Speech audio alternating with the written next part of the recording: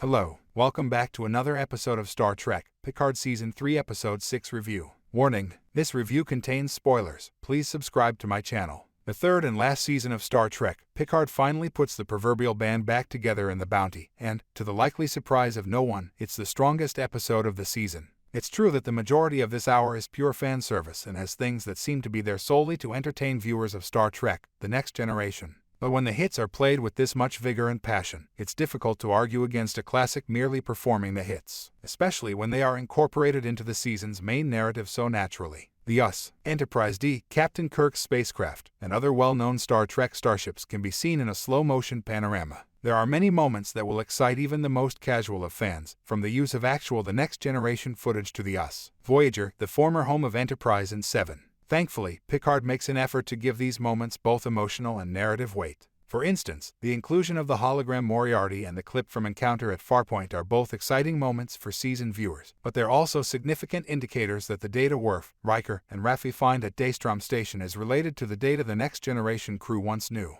While the first two seasons of Picard can be seen as cautionary tales about what audiences don't really want from their shows based on legacy franchises, the third is evidence that purposeful fan service can be extremely useful in addition to being incredibly satisfying. The movie The Bounty exploits the reunion of a dozen beloved characters to express something intriguing about each character's development since we last saw them together. Picard recognizes that these characters aren't the same ones we saw on The Next Generation, and they shouldn't be, from Worf's zen-like desire to embrace pacifism to Geordi LaForge's overprotective dad vibes. Seeing them as they work out the details of their relationship so many years after they were last all together is also part of the fun. The two initially separate tales that this season of Picard has been telling are ultimately brought together by Worf and Raffi's arrival on the US, Titan, and everything is better for it. Season 3 appears to be purposefully building toward a meaningful climax, in contrast to Season 2, which spent its middle primarily bogged down in worthless side missions and diversions that finally made its ending feel hurried and sloppy. It seems to have been planned out, from Jack Crusher's odd behavior, which may or may not be related to the hereditary sickness he has recently learned he possesses, to the Changeling's probably disastrous preparations to disrupt or attack Frontier Day. The majority of the episode is technically a heist drama as Raffi, Worf, and Riker rob Daystrom Station in an effort to uncover Vadick's grander scheme. Worf and Raffi believe the theft of the portal technology they used to destroy the random recruitment station was just a diversion, and nobody is exactly sure what other, more dangerous items the Changelings might have stolen along with it.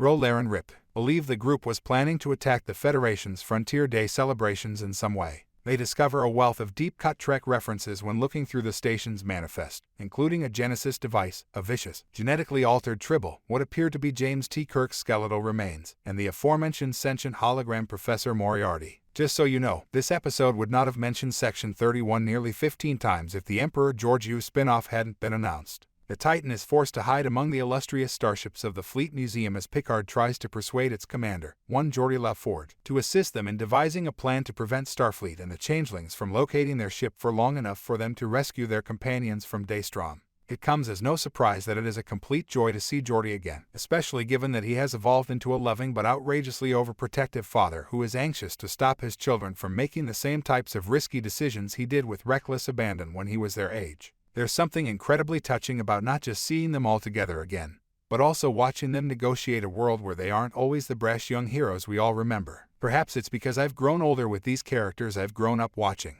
Instead, both the characters and the spectator must come to terms with the fact that these are people who have had to make decisions and sacrifices that they probably previously vowed they would never make. The exchange between Geordi and Jean-Luc regarding the things we transmit is really brilliantly done. LeVar Burton's return isn't the only thrilling one in this episode. Riker and his team also learn that one of the mysteries of Daystrom Station is that it's actually home to a new version of Data. Brent Spiner, welcome back to Picard for a third time as a completely different persona. This Data appears to be an amalgam of various versions of the figure we've previously seen on Star Trek, a flesh and blood synth like Picard himself. Val, B4, Lore, and the original recipe android were all combined into one physical object and given an aged appearance. Although it appears that Data has multiple personality disorder because the full integration was never completed, at least he is aware of what the Changelings stole, Picard himself, or at least his human remains. It is still unknown what exactly Vadick plans to do with those remnants or why the Changelings are so desperate to have Jack Crusher that they have kidnapped Deanna Troi in an attempt to extort Riker into assisting them.